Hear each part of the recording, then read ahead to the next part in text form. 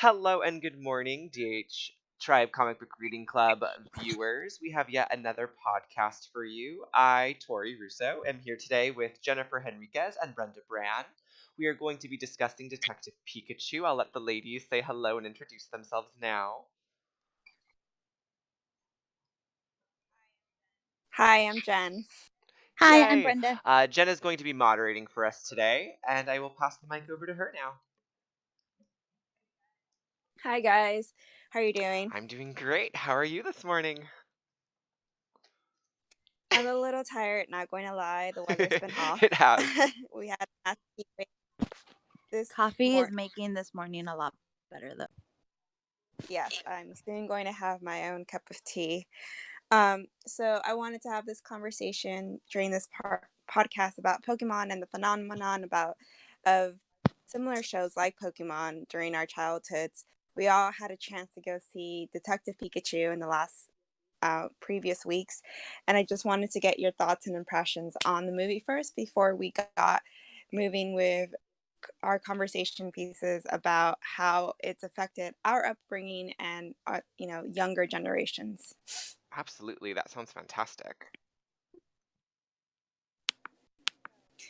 So, what were your impressions? Yeah, I'll go first. So I really enjoyed the movie. I thought it was really cute. I going into it, I thought it was going to be like more PG-13-ish, kind of raunchy Deadpool-ish. Like that was just kind of what I associate like Ryan Reynolds with. So I thought it was going to be Deadpool, but with Pikachu. And I was surprised at how Hmm. kind of child friendly it was. Like at its core, it was still a children's movie, and I appreciated that a lot actually. Yeah, I will be 100% honest. I've been watching these previews since like 3 years ago, it feels like. I know that's not true, but it did feel like I was watching a preview for Detective Pikachu for a really long time. And every time I saw it, I was like, No. No." And then I saw another preview. I don't know, I wanna say it was the one right before, one of the Avengers movies that I was like, "Huh, doesn't seem so bad," but still no. And even when we were driving to the theater, I told Jen, "I'm not really interested. I don't care." And I was very, very happy with the end result. I really enjoyed the film. I think I laughed really, really loud, and I might have cried a little. I don't know. Jen can speak to how much I embarrassed her at the theater. I don't know, but I really enjoyed it.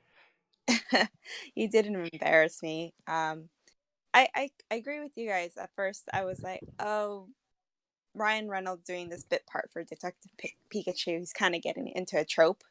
He sounds a little bit too much like Deadpool for me." Yeah. Um, but I think the commercials, the push of the commercial and the merchandising really kind of helped motivate me wanting to go at least give it a chance.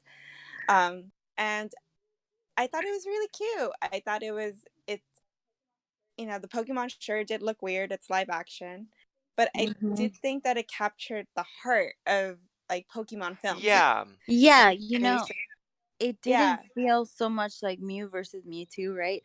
But it had a lot of the elements that made Mew versus Mewtwo such a good and iconic film when it first came out, right? You have Mewtwo, right?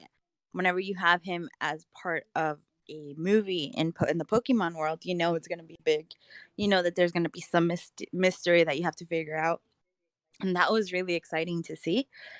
But I think I was definitely drawn by how much heart it had, right? It wasn't the moment where Pikachu was like thunderbolting Ash to try to uh revive him, from the original movie, but it was definitely pulling at some different heartstrings that I think a lot of millennials can relate to and appreciate. absolutely. Yeah, I think one of the I think what hooked me because I was in a similar boat to you, Brenda, where the trailers were kind of coming out and I was kind of uninterested. I was like, usually when they turn anime into a live action, it doesn't do so well.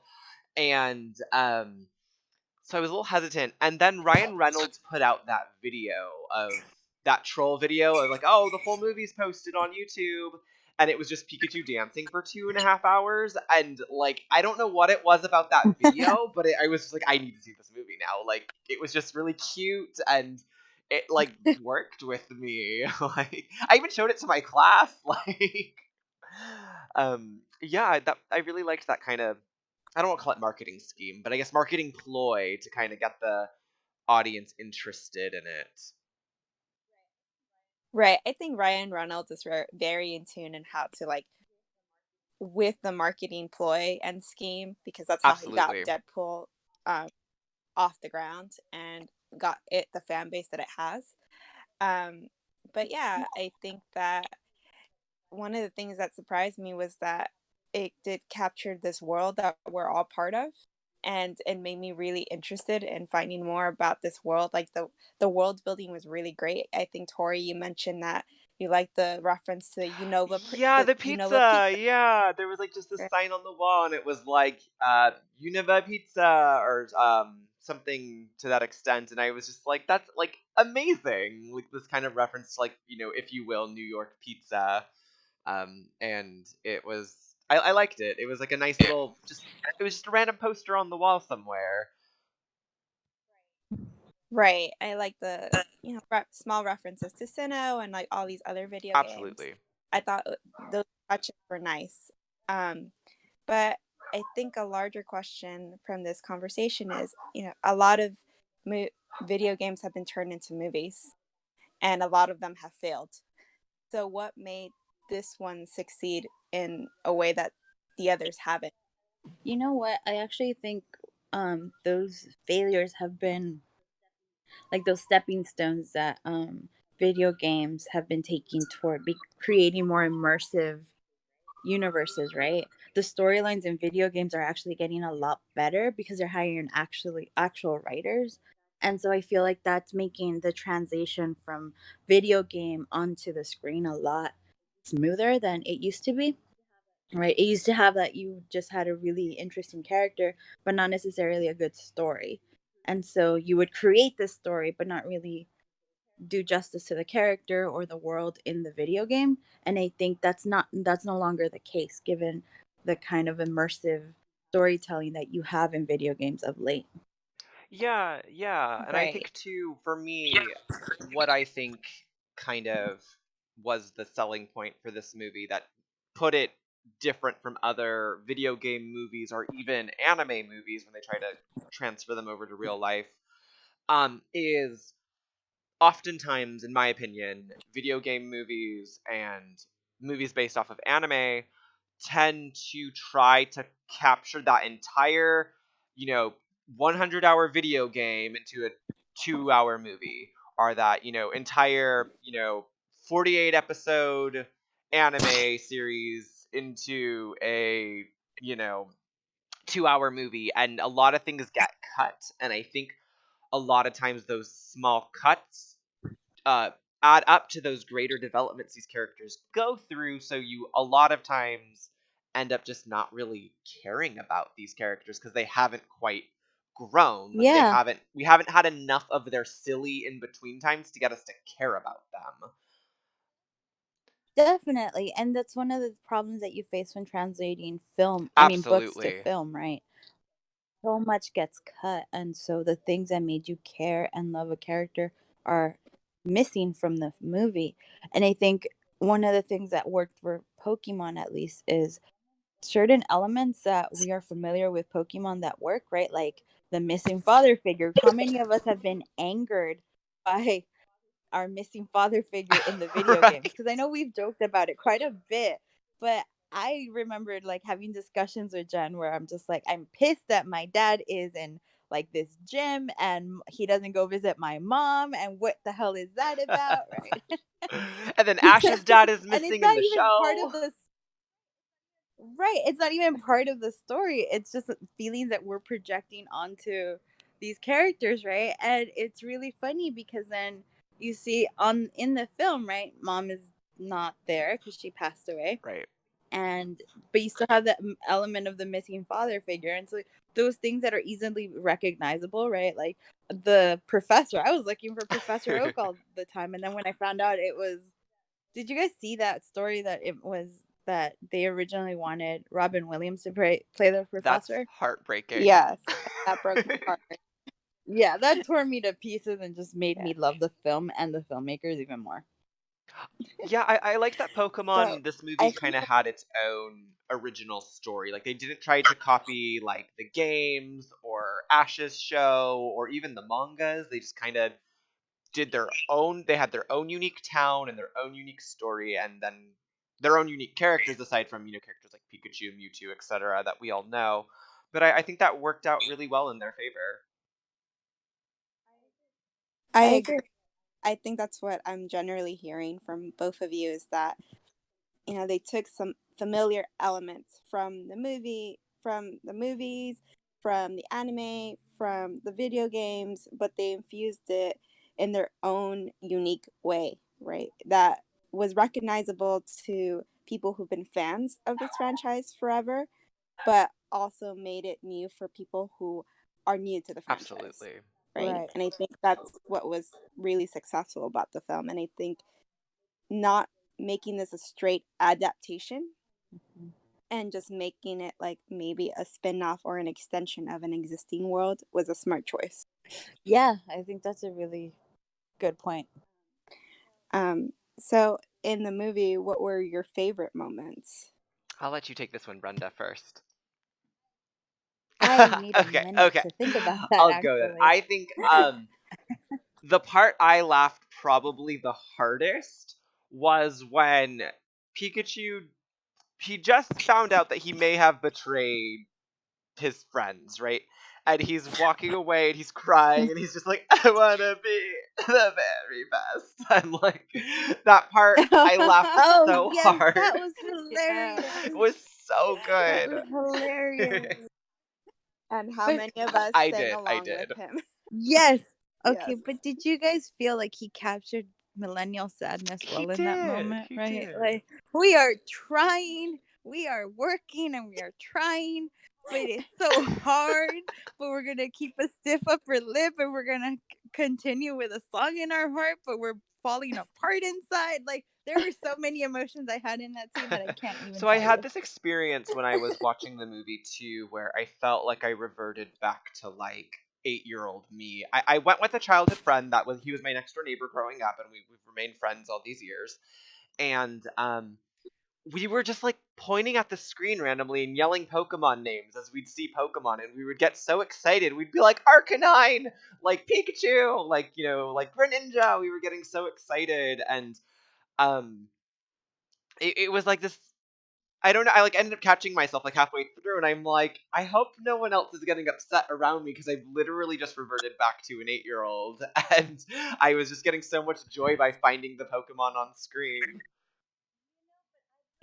But I blame that game that was attached to the anime, or I think it's still attached to the anime, right? Where they're like, name that Pokemon. I blame Yeah. that. Yeah, so when Pokemon Yes. Go came out, my mom's boyfriend was like, "How are you so good at figuring out who these Pokemon are from their silhouettes?" And I was like, "Years of who's that Pokemon?" And yeah. Right. I mean, I honestly think that's one of the few good ways to watch the Pokemon movie. I think that's appropriate. Right, they trained us, and then the Poke Yes. Rap. Like, I know my Pokemon. It's on brand. Frankly, it's on brand to It name is. that It is. Pokemon. I think for me one of the nice moments for me was, and I think because it harkens back to movies like Jurassic Park, maybe even Land Before Time, was when you realize that they're all standing on top of these Oh tortoise, my gosh! Right. and and they start moving, all of them, and you realize these giant mountains are actually Pokemon. And I just thought, wow, that is Mm-hmm. amazing. And we play the game, we play the video game, and yeah, we the Pokedex has that option of like, how small are you by comparison to this Pokemon, Yeah. right? And I didn't realize the magnitude of how huge these Pokemon were until I saw it on the screen. Yeah, that was really crazy. I mean, even think Pokemon like Gyarados, I was like, I knew he was bigger from, of course, the games, but when you're using him on your team, you only get the back of his head silhouette usually, or not silhouette, but just the back of his head. But I'm Right. like, oh, he's just a little guy. And then, he was the big old Gyarados in the movie. Well, that was a funny part too, though, when he was like, "We I got to get the Magikarp to evolve," and he just like kicked it, and like, That was hilarious. Yeah. But Yes. I thought that was also a really lovely metaphor for like how we I mean, okay, I don't want to get eco-friendly, but well, I mean, not that I'm not, but it did feel like a metaphor for the way that we treat our yeah, Pokemon and our world, right? And so Mhm. to see the world literally stand up and be like, "Oh no, screw you." Right? Get off my Right. back. I was like, "Damn, that is a strong statement right there." Um True. but I did enjoy that. I agree with you. It was just one of those moments where you realize how small you are in such a big world. And yet what a profound impact individual people can have, right? Right. Y- Because in fighting for Mewtwo, they inevitably fight for everyone, and I really like that. There's a nice sense of community that came out of the movie, and I think that's one of the things that also made it work so well. yeah, yeah, definitely. Hmm. I really enjoyed the cast too. I think the cast really made it for me. I didn't recognize either of the lead actors. From I mean, I guess the guy I kind of recognized from Jurassic Park too, but that's kind of it. I didn't recognize the woman. But I thought they did a great job. Because usually, right, whenever they introduce a female character to Pokemon, I'm always kind of like, but you're not Misty. And I like it. And then she had a Psyduck, so Right. I was like, but then I ended up really liking her. Okay, that was my Yes. favorite. Their Psyduck was funny. Every time Pikachu would turn around, be like, "This thing is like a bomb. We can't make it be calm. Make it be calm." I was dying. It was hilarious. Yeah, and then he's all in the Psyduck's like, rub my feet, and like Pikachu has to like rub them. He's like, "Ill." But I enjoyed the movie very much. I'm hoping they do a second one. Um, Yeah, I think I wouldn't mind seeing another world building movie, a different part of town, a different story.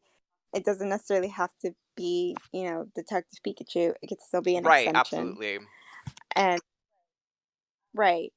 Um, I think Brenda's point was an interesting one. She said that uh, we, the movie does a really good job of building community and showing community. And I think as a whole, the franchise kind of does that for the individual, right? It makes you feel part of a community, makes you feel part of a community. As a trainer, you kind of have a purpose, our larger purpose to kind of be the very best, right? A Pokemon master out there. Absolutely.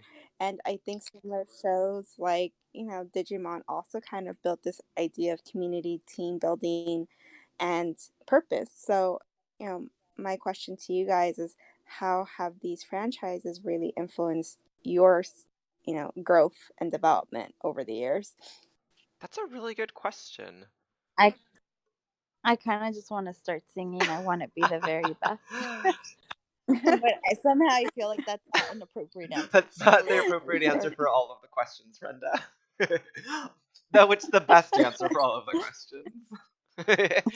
I think that growing up, watching, we had Pokemon on television, we had Digimon, Sailor Moon, Cardcaptor Sakura, Jackie Chan Adventures, Static Shock, all of these kind of wholesome childhood shows that most of the time, if not all of the time, were exposing us as children of the 90s to foreign cultures that we didn't know anything about. And what I think that's done for Mhm. me as an adult today is I feel like I definitely see the world differently than especially like some of my siblings that are a little bit younger than I am. I am more Mhm. likely to test something that has subtitles or is from another country in another language that's dubbed over in English. Like that kind of stuff doesn't bother me, and I don't get as hung up on cultural things like a lot of like my family members do, where they're like, "That's weird. I don't understand why they're doing this." I'm like, "It's a culture thing. Like it's you just learn and you move on." So I think a lot of that ties in Right. for me with this kind of community. And in addition to all that, not that to keep talking, but in addition to all of that, I always go back to Digimon, right? I'm a huge Digimon fan. Brenda and Jen know this about me. I love it so much. Um, but and as corny as it sounds, but I Digimon for me, I think really taught me the value of friendship and to really kind of value these friendships you make and to nurture them because you never know when you're gonna have to save the world together. Right.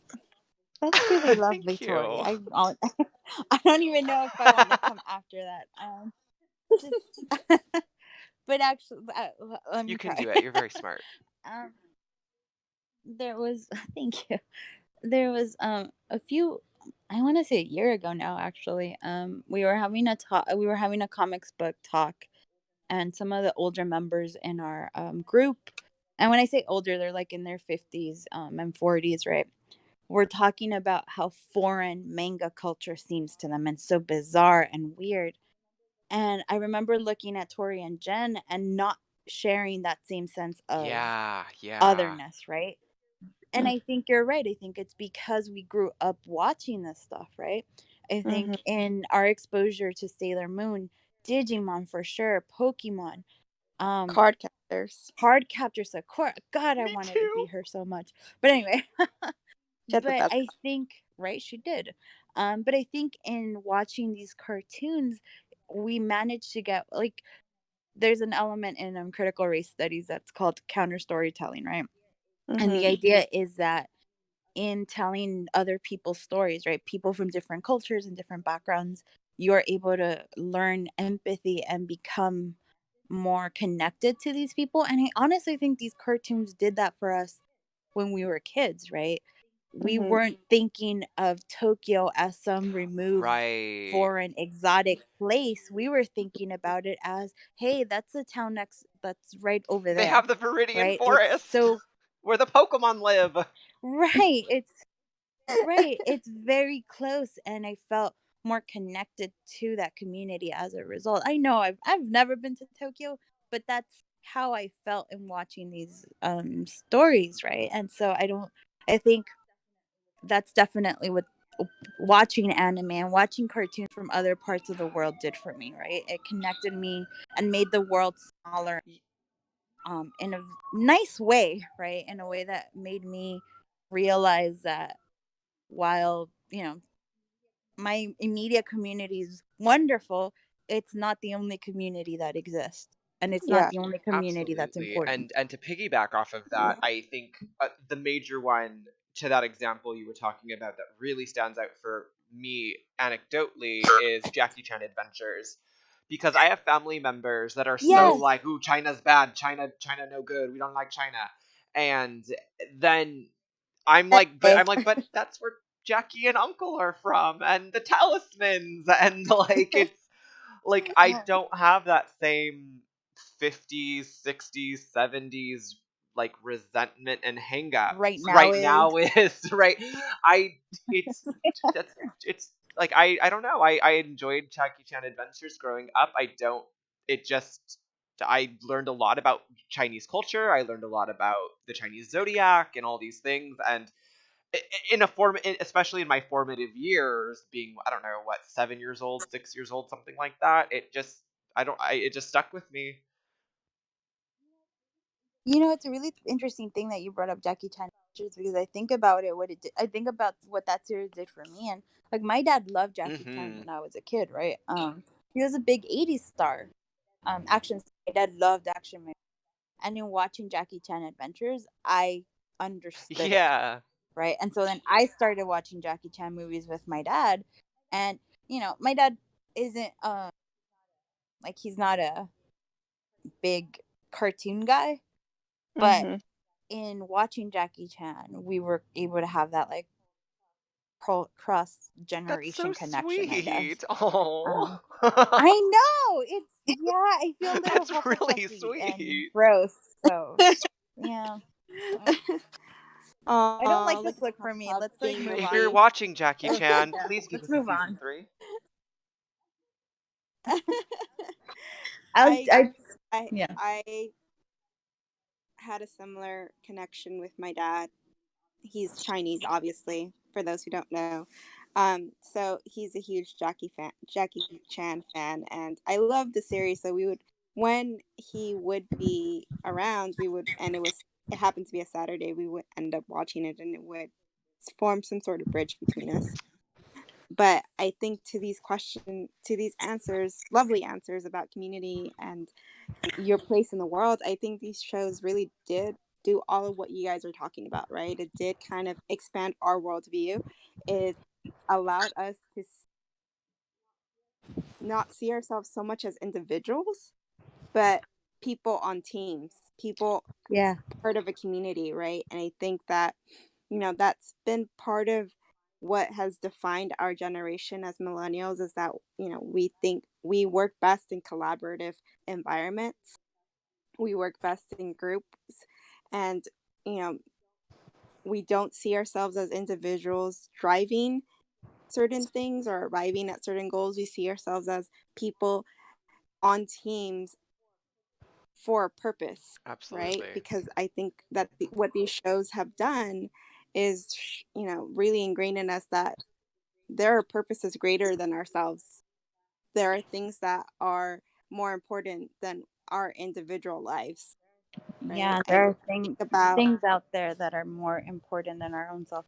Yeah, yeah. And as you guys have been talking, I've been thinking about American cultural values versus a lot of the Asian cultural values we were exposed to in formative years, where the US is very much my life, my liberty, my pursuit of happiness, right? It's very me focused, it's very I focused in terms of you come here so you can have a better life if you immigrated here, et cetera, et cetera. Whereas a lot of the Asian Mhm. countries, it's all about you reflect back on the community. Your actions affects everyone else around you. It You are part of this greater whole, and I think because that was captured in, of course, by extension, their media and the lessons they teach their children via these shows that came west, um, those started to, I think, imprint on us as a collective generation as well. I agree. I think that, as a generation, I can't help but to think that we're all just have this kind of superhero mentality that there are greater things outside of ourselves because it wasn't just these Japanese shows, these anime imports like Digimon, um, Pokemon, Card Captors, Power Rangers, but it was shows like Justice Yes. League as Oh, I well, love Justice League. right? Yeah, you're right. It was it was American made shows as well that kind of like even like the Animaniacs, right? Like in its silly way, like Yakko, Wacko, and Dot were a They team. really were. So we're Pinky and the Brain. I Yeah, mean, Absolutely. they so we're weren't Pinky and the Brain. successful, but they had each other. Right. I mean, I'm thinking about like DuckTales too, right? Huey, Dewey, and Louie. I'm Yeah, thinking that's more about 80s. right. That's more 80s, sure, but we were exposed to it, That's right? true. I'm I'm thinking about like Sorry. even our animated movies, like Lion King. It wasn't just Simba; it was Timon and Pumbaa. Absolutely. it, it was I'm all the such.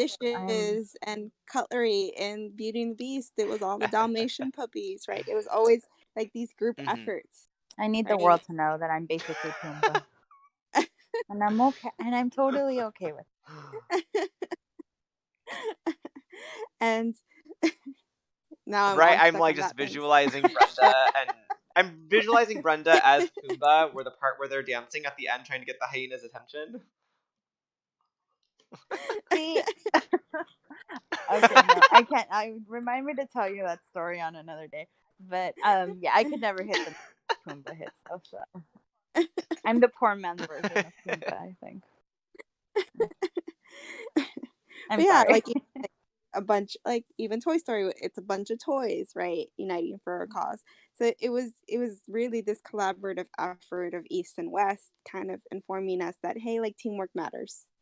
That it's not just you on the team. Yes, you have you have your part, and that's important, and you might be really good at your part, but your part is feeding this whole, Yeah. right? And I think that's something that's really missing in in the generation after us, like what is Generation Z. They're more Yeah. independent, competitive. They hate group work.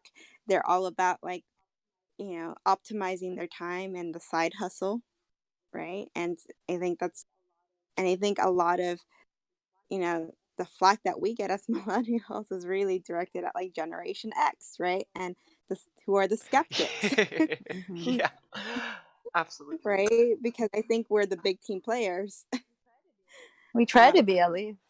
and I think it's not that we're snowflakes, because that's such a derogative term aimed at us. It's not that. It's that we see these causes that are much greater than ourselves, and they're important. We see the value in these causes, and that's why we choose to highlight them. It's not that we're flaky. It's that if we don't believe in something, if we don't believe in the purpose of something, why are we going to participate in it? Right. I Yeah, agree. absolutely. I have a pretty interesting um familial unit where I'm the oldest of six, and I'm significantly older than my youngest sibling. And even between us, she's 9, and I am not 9. And but between us, um, I even see massive differences just generationally, and I'm always curious, like, what it's going to be like as she enters adulthood, just because it's a completely different set of values that she's grown up with versus myself or my brother, who's only 2 years younger than me, things like that. But it's very interesting to me to kind of look at these generations, and specifically through this kind of frame of media. And I think Pokemon, especially with Detective Pikachu, is one of those things that it's able to go intergenerationally to a new audience, which Mhm. I've always found very fascinating. Like, Pokemon at its core, like, children are still watching it. Like, I watched it. I mean, I still watch, I'm not gonna lie. But I watched it in second grade, and then it's like my nephew, like my cousin just sent me you know pictures of her kid watching like the original Pokemon series, and she's like, oh, he's finally getting into it, and stuff like that. And I was like, well, you let me know, because I know every single Pokemon and things like that. But it's like it's refreshing to kind of see that Pokemon isn't gone. It's not dead. It's not like going away. Like, kids still know what Pokemon are are. Yeah, and I Right. think it's really important for people like us, because I don't know but about you guys, but I think about, well, actually I think it was Power Rangers, but Pokemon really solidified that sense of Yeah. fandom, right? Liking something Yes. so purely and so much, right? It's interesting to how we grew up with those fandoms, right? And like now nerd culture is so popular and prevalent, and I would argue that it's partly because of the quality of the cartoons that we grew up with, Yeah. right? That made it easier for us to not just embrace fandom like Justice League and like the mainstream fandom, right? But even more niche things like anime, different anime. Did I just pluralize that? I'm The sorry. internet's I gonna flame you. apologize. I didn't. Right. Oh, yeah, that was bad. I'm sorry. Um, more not so well known anime, right? Right. I think, and I'm particularly on role in popularizing fandom, really important to note, and I'm grateful for it. Right. I think you kind of got cut off Yeah, me there on my too. end, Brenda. Can you repeat that sentence? Oh, sorry. It's all good. But yeah, no, I think It's okay. I'm sure it wasn't very thoughtful. and that's the depression side of millennials. I'm just kidding. I'm but sure it was important. but I think I what you're speaking to, though, is very much this fandoms are such an interesting thing in general, right? I don't know for everyone listening in and for us speaking today. There's this moment when I'm gonna use the example of going to a convention. As Brenda, Jen, and I love to do, we love to go to conventions together and we cosplay and all that good stuff. But just finding like other like so Brenda and I are Hufflepuffs, and we will get stopped by Hufflepuffs not in costume, and they will come running up to us. They want to hug us. They want to take pictures with us. They're just so happy.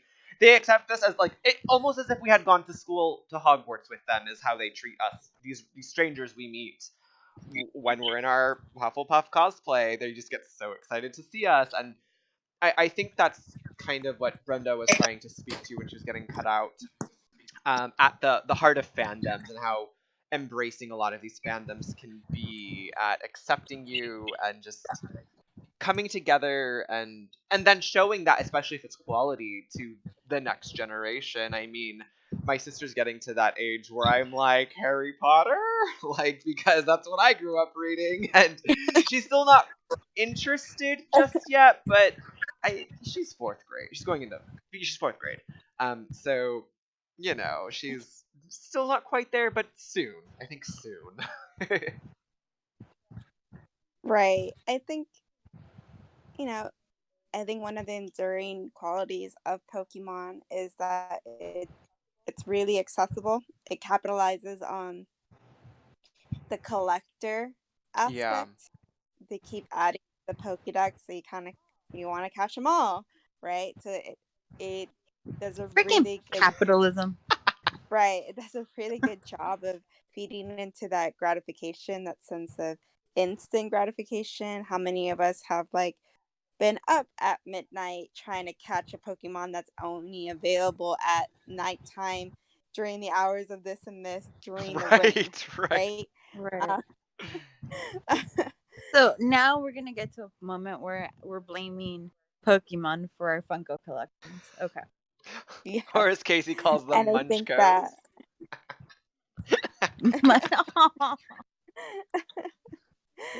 Is Casey part of Generation At X? the very, very last year of it. I see. okay. But yeah, I think that that's why Pokemon has been so enduring in that respect. And it has it's Occam's razor, right? It starts off with a really simple premise. There's this world. You are a trainer in this world. You get to catch all these Pokemon who get to become your friends if you're really nice to them. And there are gyms that you get to challenge yourself at. And there's the occasional bad guy team that you must fight against, right? And I think, or on the Pokemon Go version, it's like there's just this bunch of Pokemon all over the world in certain city locations. Yeah. Right. And so I think that's what's been really successful about the franchise and why it built such a great fandom in all of us, because it immediately started with the figures, and then it started with the Pokemon Oh my cards. god, Pokemon cards. And then but then the video games, right? Right. I don't know about you guys, but I was a hella shy kid. I'm a hella shy adult. But if I saw someone with a Game Boy, I had my cord Right? ready to see if they wanted a battle or It trade. was the same with cards. Like I was like you. I'm an introvert by nature. And I remember I'd see kids with their binder of Pokemon cards, and I'd immediately run right up to them and be like, "I'm Tori. Want to trade cards?" Like, See, I'd be on the periphery because I wasn't by the because my mom were wasting money, and I guess she wasn't wrong. But really, I always wanted the cards. But I would just sit there and watch with I'm gonna buy you some people cards. who had the cards because I'm so fascinated. I have some. Don't worry. As an adult, I went crazy and I was making my own money. Screw it. I got my. But anyway, but as a kid, I remember sitting there and just watching with utter fascination at the different cards that everybody had, and then it became the same Yu-Gi-Oh, right? Yeah. Came out. I never learned to play those. If you how to I'll do that, teach I you. would read that. Thank you. But yeah, such a niche culture and such a fascinating culture to be a part of, right? Because those are your people. Pokemon fans are your people. Right. I think you're right. I think for me, I mean, I got my Pokemon cards at the swap meet, so I got the fake ones. Nice. Yeah, Yeah. I was fascinated by those too. And so, well, I didn't know they were fake. I was just like, I remember just being at the swap meet and just going through the stacks and stacks of Pokemon cards that they had. I'm like, I don't have that one. I don't have that one. I don't have that one. I don't have. I was just pulling out. I'm just like, okay, calm down, girl. So I think. Little did I know that they weren't real. Aww. Right.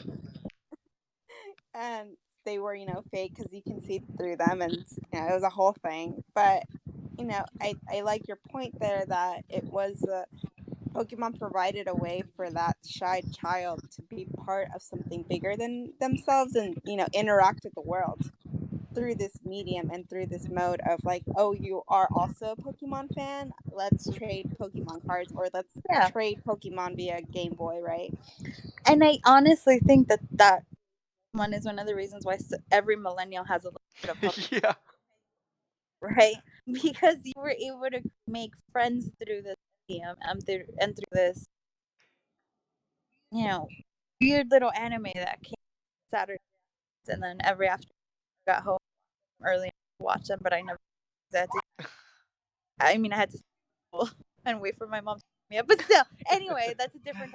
So But yeah. yeah. Yeah, no, I have a Go ahead, question. sorry. So I think I would like to argue that our exposure to these interactive fandoms, these community building fandoms, led us to being these kind of nerdy adults. And that being said, where do you guys kind of see yourself in this kind of fandom based world? Like, as far as, I guess, identity goes, or existence, I guess, for lack of a better word. I don't know if my question was very clear. I'm a Pisces, so I'm a dreamer. I I don't think I Okay, 100% understood that's what you were okay. asking. So, Yeah. okay, so what I'm trying to ask is, I think that growing up with this community that essentially was a baby fandom before fandoms really became a thing, being Pokemon, right? With the trading the cards, battling each other, play the game, watch the show, play the cards, like this kind of trifecta. It was everything was Pokemon. Um, how do you think that's affected you as an adult nerd, like coming from that base Pokemon community in your formative years?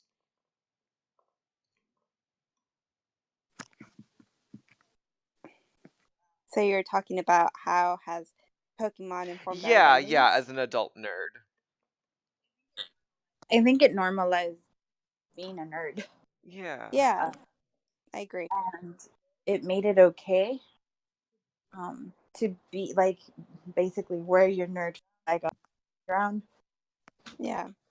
Yeah. I think, you know, fandoms existed before Pokemon. You had your Oh, of Star Wars course. fandom, you had your Trekkie fandom, um, and you had your DC comics, you had your Marvel comics, but they're very traditional, very paper Mm-hmm. based, very analog, right? It was what it was, and you only had those episodes, those movies, and you had little merchandise, Right. right? And I think that what Pokemon did was kick open the door for capitalist Mm. merchandising, right? It opened the field to the point where now we have Funko, There was money to be right? made off the Now nerds. we have right now we have like shows like, or we had shows because it recently ended, like Big Bang Yeah, Theory, that made being a nerd cool. That normalized this absolutely, behavior, absolutely. right? Now we have clothing companies like Her Universe that produces clothing lines specifically for women of all sizes devoted to certain fan bases, Yep, right? because 30% of my wardrobe is Me fandom. too. Right. Yep. Same. And you know much less so now that I'm working a lot more. But that didn't exist back then, Yeah. right? People who were Star Wars people who were like Trekkies didn't have all the merchandise that they have now. We think that, Tori brought up the point that we like going to conventions. How many stores are at these Yeah, conventions? How many artists are producing fan art for these shows, for these animated shows as well, that didn't exist as in multitude like they do now, absolutely. right? Like, Yeah, I remember. Yeah, and I I remember think going back as a kid, like when I was younger, like a teenager, and wanting to get anime shirts and being like, "Oh, I have to wait for like Anime Expo in LA to get it," because they just didn't have them at like Hot Topic or any other stores back then. Well, yeah, actually think about how different Hot Topic Yeah, is now. I remember when it was the Um, goth store. I remember when I was, yes, when I was a yeah, teenager and an angry Right, me little too. teenager, that was my rocker Yeah. store, right? It was in my fandom store. It's a Yeah, fandom I mean, I store now. love that it's a fandom store. Don't yeah, get me wrong, but it Yeah, like definitely. the stuff just wasn't like you couldn't just walk into the mall and get a shirt with Wonder Woman on it like 20 years ago. That didn't Right, exist. right, right. right. We can get shirts, accessories, shoes, socks, anything we can think of. We can even get like household appliances Yeah, I was thinking about based off Brenda's these jacket she fandom. wore. Brenda's birthday was recently, so happy birthday, Brenda! But her Carol Danvers jacket she was Thank you. wearing, I was like, that's so cool, and it was like fandom, but like everyday wear, and it's I liked it. It wasn't a jacket, Oh, it was my a dress, bad. but I thank was a you. little drunk that night. It's okay. No worries, no worries. Right, but I think to your answer your question, Tori, I think that, yeah, I think Pokemon shows like Oh, I Power love Power Rangers Rangers. really just kicked open the door to normalizing nerd culture, pop Mm, culture. That now definitely. everyone is included in the conversation. Yeah. It isn't just this niche. It isn't D&D in the Right, basement right. in the West or in the addict, and it isn't something to be shameful about. It isn't something to hide anymore. It's something to celebrate. Absolutely. Because I remember being in high Yeah. school and being ashamed that I liked anime and comic books and all things nerd. I used to not tell people I liked it because I was so embarrassed. Oh, honey. I Aw. wish we I had known know. each other. I didn't care. We didn't And I, care. right, and I think for me, going back to thinking about myself in middle school, remember when my friends brought showed me a card captor manga, Mm. and I didn't know that these things existed. Like, I just thought it was a show, and that was it. I didn't know that there was this manga out there, and I didn't. It was weird. You read it backwards, and the artwork was really pretty, but it ex- these shows exposed me to other mediums and media that really colored my world, so that suddenly I went looking for books like the manga that I was exposed to, and found out, oh shit, there's a bunch of more mangas out there with different genres and different stories that I can really throw myself into, right? Because my world was very limited. Parents are both immigrants, so they know what they Right, know. and there wasn't like Amazon to like just go look something up and buy it. Like Bloop. there was like Right. And it's here right, in a right. day. Like it was hard. Like so we're in a comic book club as well, separate from our blog, and one of the guys in it said something that I think really spoke to a lot of our niche fandoms growing up, where he said, there were these comics he liked, but it was like there weren't he didn't have comic book store accessibility, so it was kind of like it was a gamble. Like, oh, could I find this? Could I even continue reading this? Like, would I be able to go past just one issue? or not because of the lack of availability. And I think that was definitely the case for 90s kids reading manga and watching anime, because it was like, if it wasn't on like Adult Swim or Toonami, like we didn't really have much other choice. And that's if we had Right, cable right, privilege. Because some of us were on only had the WB and Fox right, Kids. absolutely. Which had Cardcaptor Sakura and Jackie Chan, and that was good enough for me. And as I Right. stated earlier, some of us didn't have the privilege to be home early enough to watch it on weekdays. Oh, the days before TiVo and streaming. Oh, Yes, the day goodness. before. All right, but But I want to caution against this whole, oh, kids nowadays have it easier, because they don't. They have their own issues Oh to work yeah, out with, yeah. right? Um, it has definitely mostly they gotten. don't have the content that we had. No, the problem is they do, but it's like buried under all this other content, right? Mm-hmm. Um, there's just no control. Okay, that's a different conversation. But anyway, I think it, in a lot of ways, right?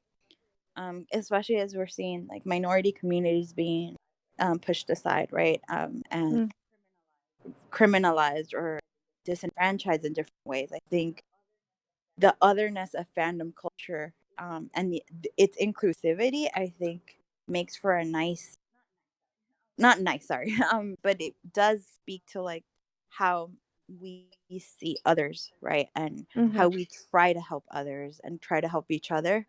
I'm not saying that this is a blanket term. Obviously, it doesn't apply to everyone, especially because we know that there's still a lot of issues and a lot of awful phobias out there and awful Mm-hmm. isms out there, right?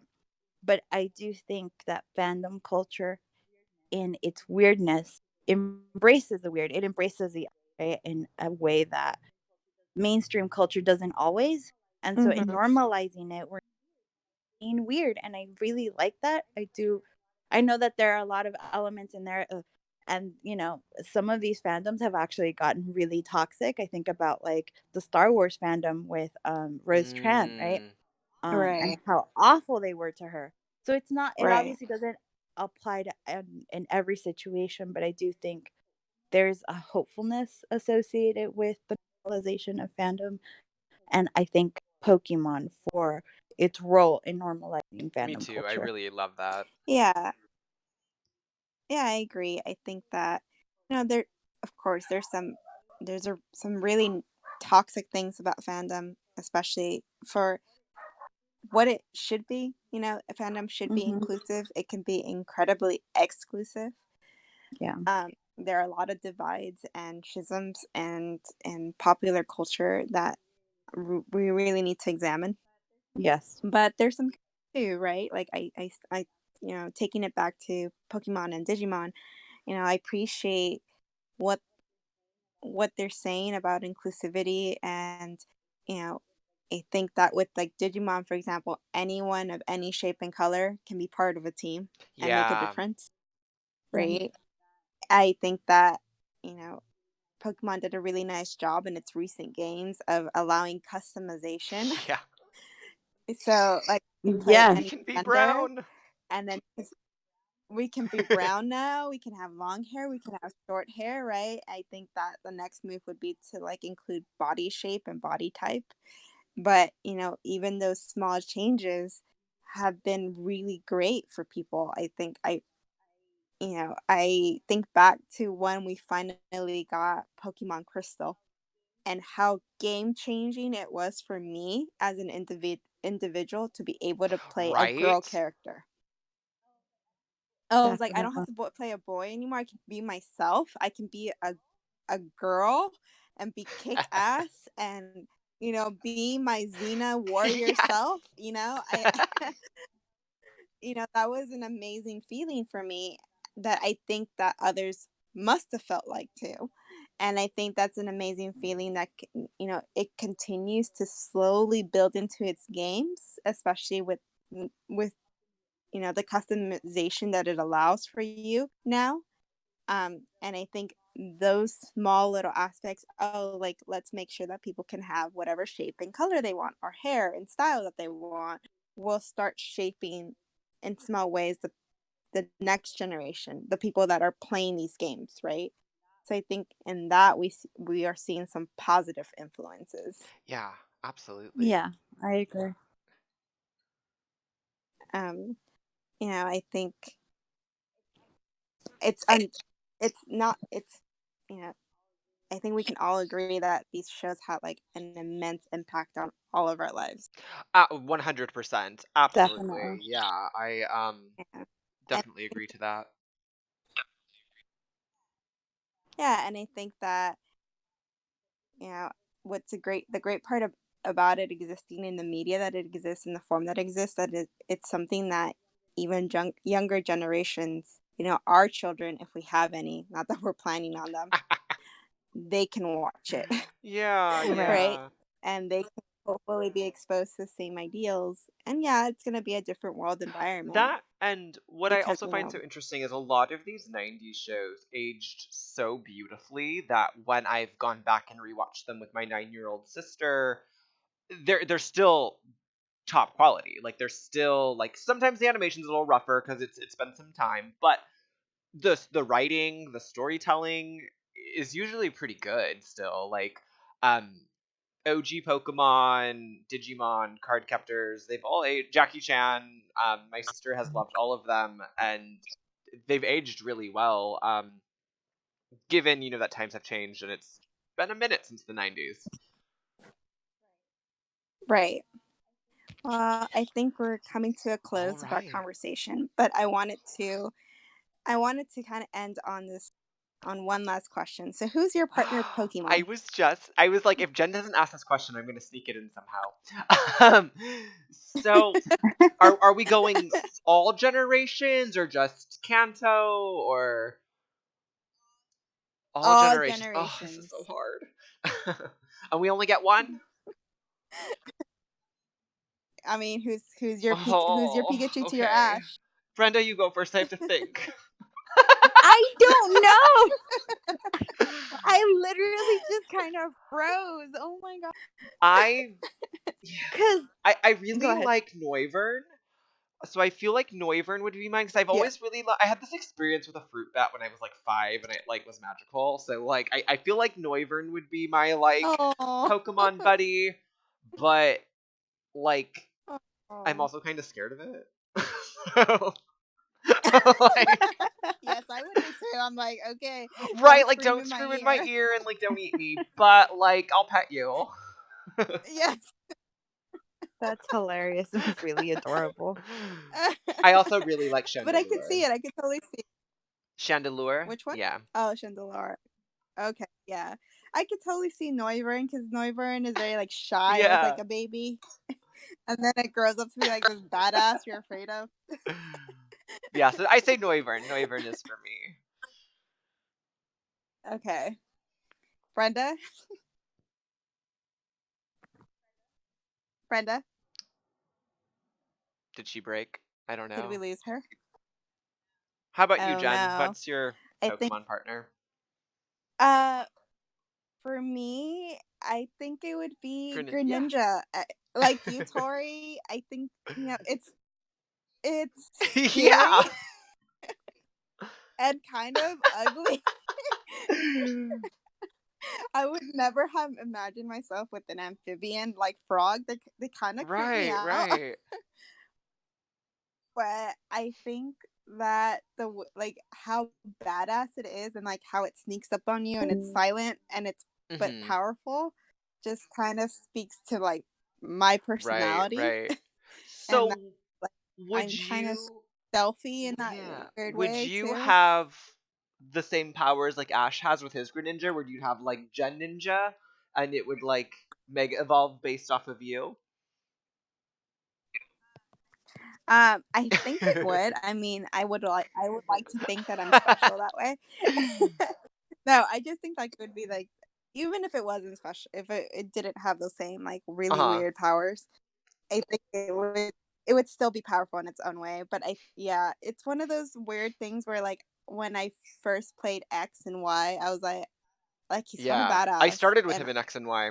I'm right, me too. And it was one of those weird experiences of like I don't know why, but I feel connection with this Pokemon, even though he kind of creeps me out and is scary. Yeah, absolutely. He's a very interesting Pokemon for sure. I think we have Brenda back in action. Yeah, sorry about that. My That's phone went okay. crazy when my mom called. So to recap for Brenda, my Pokemon partner is Noivern. Jen's is Greninja. What's Mhm. yours, Brenda?